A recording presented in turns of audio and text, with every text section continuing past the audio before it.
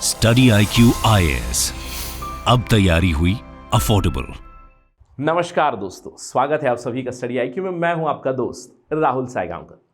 दोस्तों, आज हम लोग साउथ ईस्ट एशिया के बारे में एक डिस्कशन करने वाले हैं। इनफैक्ट साउथ ईस्ट एशिया में हम लोग बात करने वाले हैं आसियान के बारे में, association for south east Asian nations. हाल ही में आसियान की मीटिंग में यह डिसाइड किया गया कि ईस्ट तिमोर को ऑब्जर्वर स्टेटस दिया जाएगा अंडर आसियान, और आज हम लोग इसी के ऊपर चर्चा करने वाले हैं। What is the meaning of getting observer status with ASEAN? बहुत ही इनॉक्वस लुकिंग टॉपिक है। आप ये सोच भी रहे होंगे सर ये डिस्कशन कर क्यों रहे हैं, लेकिन मैं कहूँगा ऑफ कोर्स थोड़ा सा फैक्चुअल डिस्कशन होने वाला है, लेकिन इस पूरे डिस्कशन के दौरान मैं आपको बहुत ही इंपॉर्टेंट चीज़ें समझाने वाला हूँ अबाउट आसियान मेंबरशिप, आसियान में ऑब्जर्वर स्टेटस का मतलब क्या होता है। इनफैक्ट आपको एक स्टेटमेंट देता हूँ, अब आप थोड़ा सा सोचिएगा, take a few seconds and let me know if that statement is right और रॉन्ग। अगर मैं एक स्टेटमेंट दे दूँ, India is an observer nation in ASEAN, क्या ये स्टेटमेंट सही होगा या गलत होगा? थोड़ा सा सोच के बताइएगा और वीडियो पॉज कीजिएगा and do comment, let me see how many of you get it right. क्योंकि मैंने कहा बहुत ही इनॉक्वस लुकिंग टॉपिक है। कई बार अगर आपको याद नहीं आ रहा, अगर आपने सोचा नहीं, तो आप टिक कर दोगे यस, लेकिन इसी डिस्कशन में आपको पता चलेगा observer status has a lot of importance with ASEAN.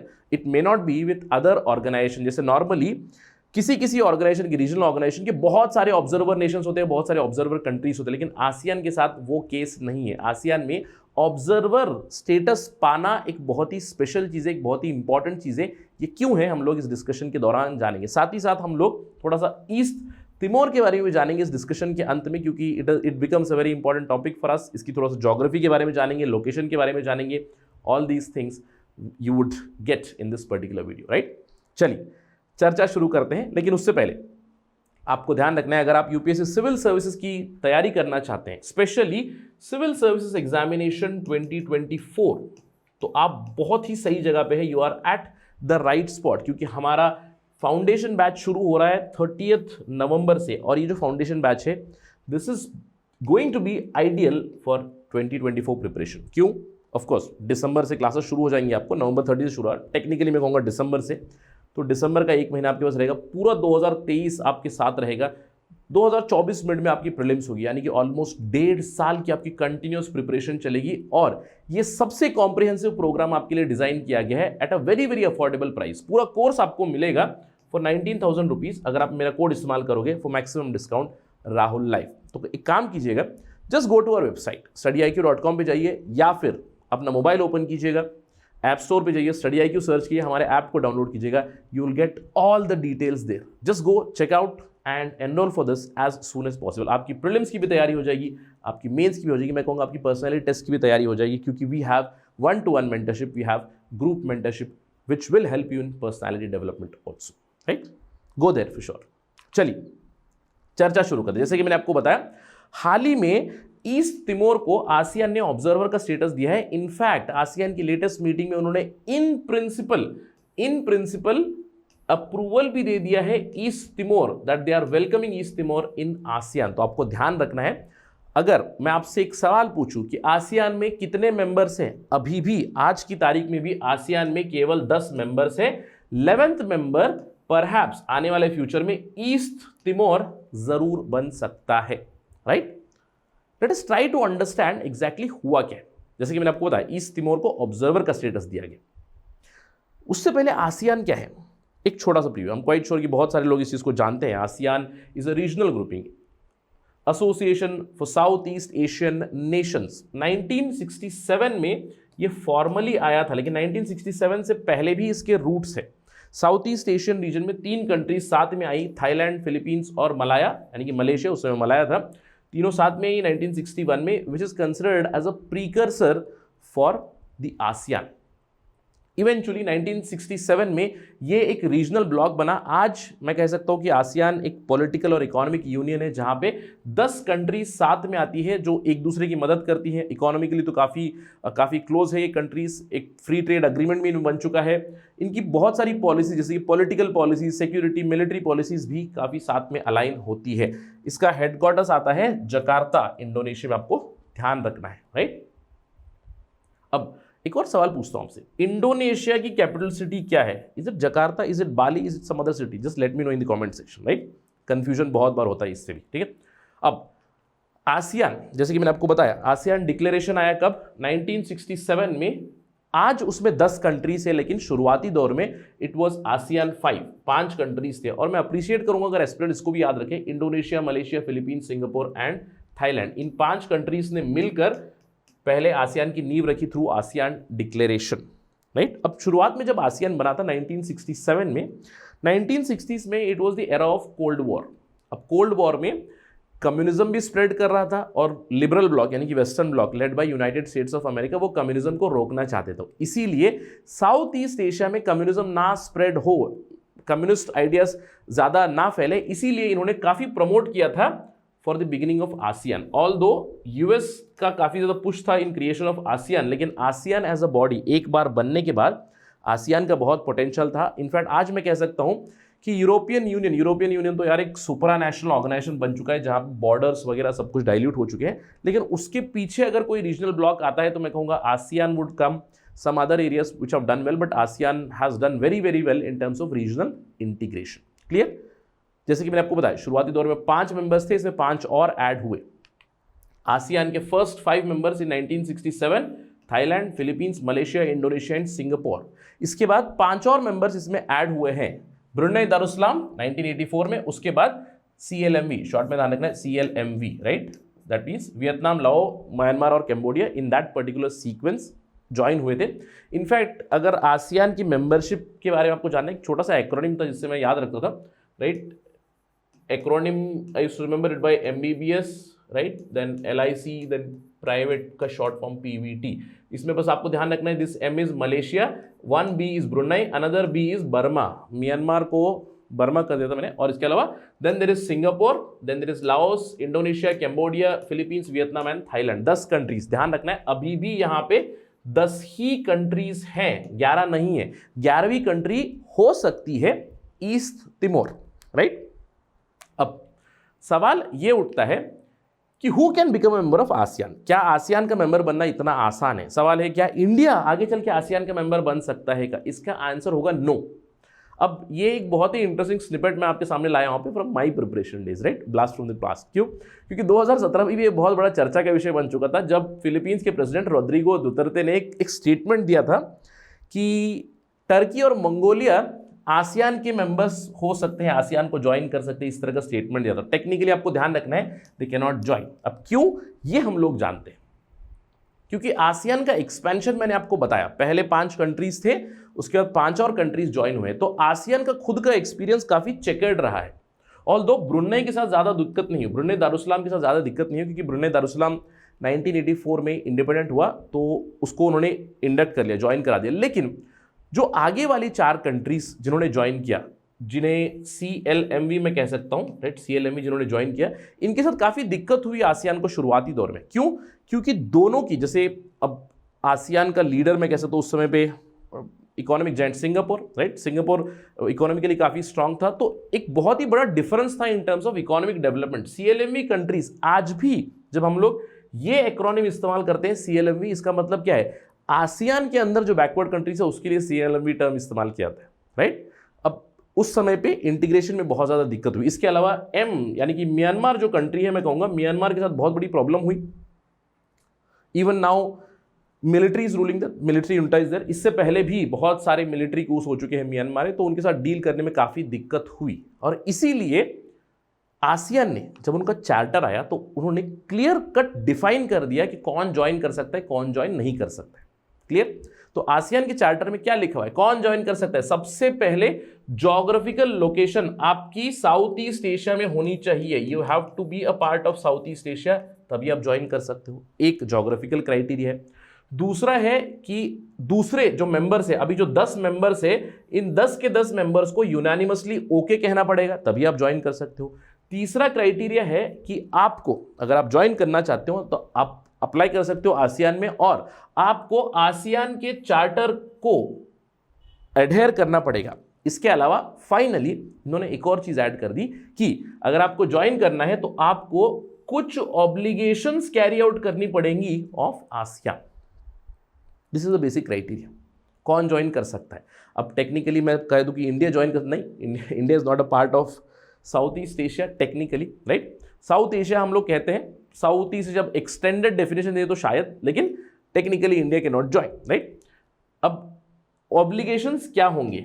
जिस किसी ने भी कहा मैं ज्वाइन करूंगा, उसके बाद एप्लीकेशन को अगर एक्सेप्ट कर लेंगे तब उन्हें दिया जाता है स्टेटस ऑफ ऑब्जर्वर। इसीलिए ध्यान रखना है, India is not an observer, India is not an observer. In fact मैं आपको डिस्कशन के दौरान बताऊंगा कितने ऑब्जर्वर है आसियान के और आप सरप्राइज हो जाओगे, राइट। इसका मतलब क्या है? अगर किसी देश को ऑब्जर्वर स्टेटस मिला है, इसका नेक्स्ट स्टेप टेक्निकली क्या होगा? That they will become full time members of ASEAN. आपको यह ध्यान रखना है।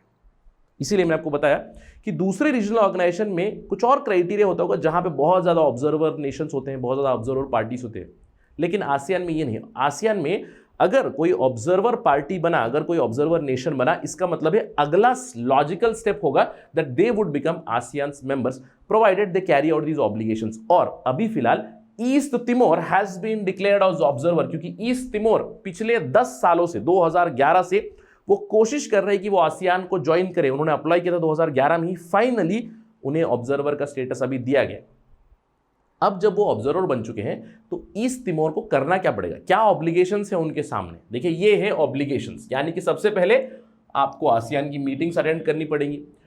दूसरा है, आपको सारी आसियान की एग्रीमेंट्स को एक्सेप्ट करना पड़ेगा। साथ ही साथ आसियान का जो फ्री ट्रेड एरिया है उसका आपको भाग बनना पड़ेगा। इसके अलावा आपको एस्टैब्लिश करना पड़ेगा, remember this is a very important pointer. अगर मैं एक स्टेटमेंट दे दूं, every ASEAN member has a corresponding embassy in each others country. Absolutely correct है, ये बहुत जरूरी है, क्योंकि एक क्राइटेरिया है उनका, they have to establish and maintain embassies in all current ASEAN members and this has to be reciprocated. इसके अलावा मेंबरशिप की फीस है $1 मिलियन मेंबरशिप की फीस देनी पड़ेगी टुवर्ड्स आसियान डेवलपमेंट फंड। इसके अलावा आपको कमिट करना पड़ेगा to attend all the ASEAN meetings etcetera etcetera. साथ ही साथ आपको इक्वल शेयर के लिए भी कमिट करना पड़ेगा towards the budget of ASEAN secretariat. कहाँ है सेक्रेटेरिएट? जकार्ता, इंडोनेशिया में। तो अभी ईस्ट तिमोर ये सारी चीजें करेगा, because now East Timor, as I told you, it has been declared as observer. So let's wait and watch कि क्या होगा आगे आने वाले समय में। Please remember, it is not a full-time member. It is right now just an observer. Logically, आगे जाके हम लोग कह सकते हैं आने वाले सालों में, अगले साल, 2 साल बाद, 3 साल बाद शायद आसियान का 11वां मेंबर बहुत ही जल्दी आने वाला है, that would be east Timor. अब आप सोच रहे होगे ये ईस्ट तिमोर कंट्री कहाँ पे है? Where is it? देखिए, East Timor of course south east Asia में आना चाहिए। ऑस्ट्रेलिया के नॉर्थ ईस्टर्न पार्ट में एक आइलैंड है। ये जो आइलैंड है, इस पूरे आइलैंड का नाम है तिमोर आइलैंड। और तिमोर आइलैंड में जो रेडिश पार्ट दिख रहा है, East Timor is this country जो ऑब्जर्वर बन चुका है। अगर हम लोग ईस्ट तिमोर की हिस्ट्री के बारे में बात करें, काफी चेकर्ड हिस्ट्री रही है। East Timor was a Portuguese colony. हम लोग जानते हैं ये पूरा एरिया ही कॉलोनाइज था। India was also colony, Myanmar was a colony, Indo China जिसको कहा करते थे, राइट, इंडो चाइना, या फिर हम लोग कह सकते साउथ ईस्ट एशिया भी फिलहाल, that was also colony and it was a Portuguese colony from 1769 to 1975। तो यहाँ पे बहुत ज्यादा पोर्चुगीज कल्चर भी मिलता है, और इसीलिए तिमोर और गोवा का भी काफी कनेक्ट है because of the Portuguese background. ये आपको ध्यान रखना है। 1975 में इवेंचुअली पोर्चुगीज जो थे कोलोनाइजर्स वो हट गए। अब एक कोलोनाइजर हट गया, फिर दूसरे ने कॉलोनी एस्टेब्लिश कर दी, क्योंकि दूसरा पावर था इंडोनेशिया ने पूरा तिमोर एनेक्स कर लिया, ईस्ट तिमोर को एनेक्स कर लिया। अब यहाँ पे कंटिन्यूस लड़ाई चलती रही 1975 से 1999 तक। ईस्ट तिमोर इंडिपेंडेंस मूवमेंट चलता रहा। इवेंचुअली यूनाइटेड नेशंस की इन्वॉल्वमेंट के बाद 2002 में ईस्ट तिमोर खुद एक इंडिपेंडेंट स्टेट बना। यही it got independence, right. South east Asian country, यहाँ पे इसकी लोकेशन ध्यान रखना है आपको, ठीक है।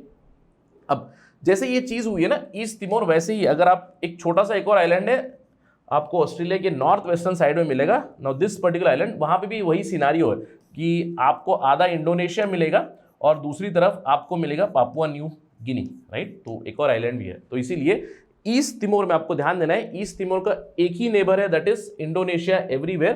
Towards the southern side it is Australia. Clear?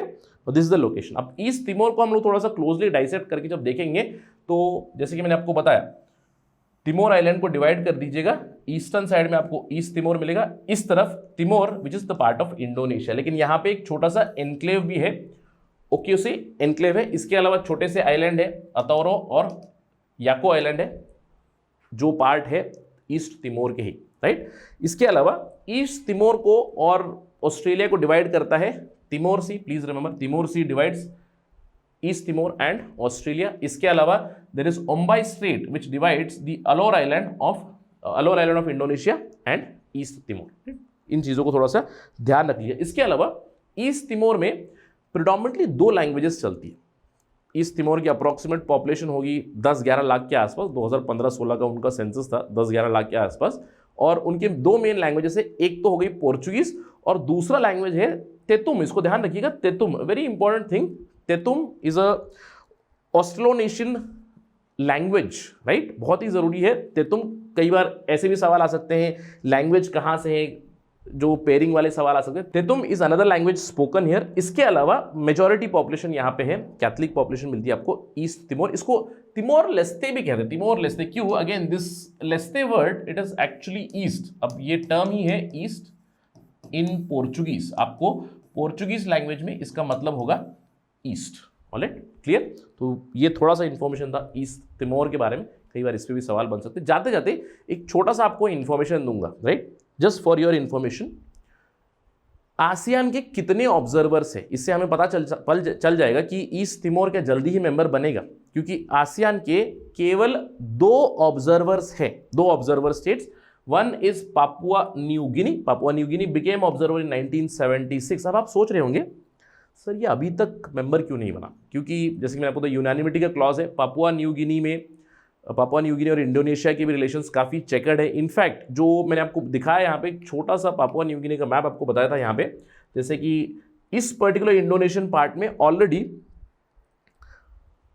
Independence movement चल रही है, राइट। पापुआ इंडिपेंडेंस मूवमेंट चल रही है और Indonesia is trying to curb it still. बहुत बार स्कर्मिशेस होते रहती है वहाँ पे, इसको ध्यान रखना है। इसी के चलते अभी तक इसकी मेंबरशिप फाइनल नहीं हुई है। इट इज ऑब्जर्वर स्टेट, लेकिन पापुआ न्यू गिनी ने पिछले कुछ दशकों में, मैं कहूंगा, it has joined many pacific organization rather than South east Asian organization. They are trying to move towards Pacific island nations या फिर पैसिफिक ऑर्गेनाइजेशंस। इसके अलावा दूसरा ऑब्जर्वर अभी बना है ईस्ट तिमोर, और इसकी मेंबरशिप मैं कहूंगा मोर और लेस फाइनल हो जाएगी आने वाले कुछ सालों में। It will become a member for sure. इसके अलावा अब आप सोच रहे होंगे सर इंडिया का और आसियान का क्या रिलेशन है, क्योंकि मैंने बहुत बार देखा है India ASEAN relations are also quite extensive. India is a dialogue partner, please remember this. India ASEAN का डायलॉग पार्टनर है, ऑब्जर्वर पार्टनर नहीं है, please remember this. Alright, it is also part of ASEAN regional forum.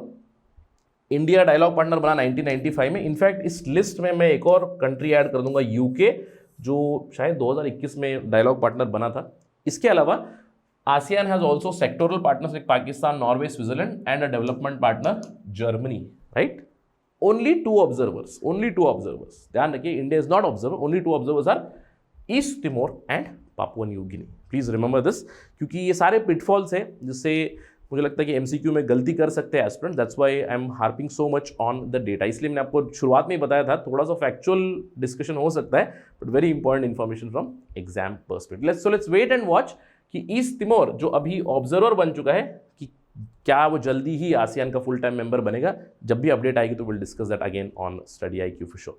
Thank you for watching this video and you do know, अगर आपको video पसंद आए तो आप मुझे ज़रूर फॉलो कर सकते हैं मेरे सोशल मीडिया हैंडल पे @RahulSai222। Thank you for watching this video. Jai Hind. Study IQ IAS अब तैयारी हुई अफोर्डेबल।